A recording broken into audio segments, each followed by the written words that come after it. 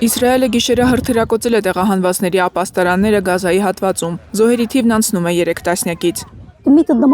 Տեսեք, թե որքան ավերածություններ են եղել, ինչ մեղք ունի փոքրիկ աղջիկը, հաշմանդամ տղան ինչով է մեղավոր, ինչ է արել, հերիք չէ այս անարդարությունը, դուք էիք, որ մեզ խնդրեցիք գնալ Ալմավասի իբրև անվտանգ տեղ։ Մենք եկանք այստեղ և հիմա շուրջ բոլորը զոհեր են։ Իսրայելական 2 հրթիռների թիրախը Խան Յունիսից արևմուտք գտնվող Ալմավասիի շրջանի վրանային ճամբարներն են, որոնք մտնում են Իսրայելի հայտարարած այսպես կոչված մարդասիրական գոտու մեջ։ Դեռ նախորդ ամսվա սկզբին Գազայի հատվածում թռուցիկներ են տարածվել, որով բնակիչներին կոչ էին անում լքել իրենց տներն ու տեղափոխվել Ալմավասիի ապաստարաններ։ Ես քնած էի վրանում, մի հզոր պայթյուն ցնցեց ինձ, զոհերի գրեթե կեսն այրվել է կրակների մեջ, մենք չկարողացանք նրանց փրկել, նրանք զոհվեցին մեր աչքի առաջ, իսկ մենք անկարող էինք։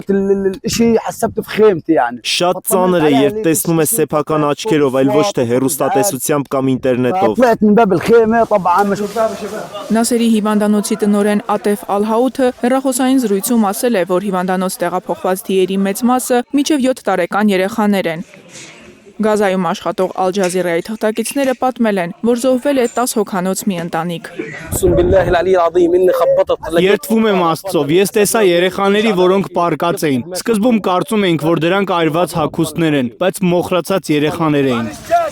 Իսրայելական բանակը գիշերվա հարձակումը չի հաստատել։ Մարտի 18-ից Համասի եւ Իսրայելի կարճատև հրադադարից հետո իսրայելական ռումբերը պաղեստինցիների գլխին չեն դադարում։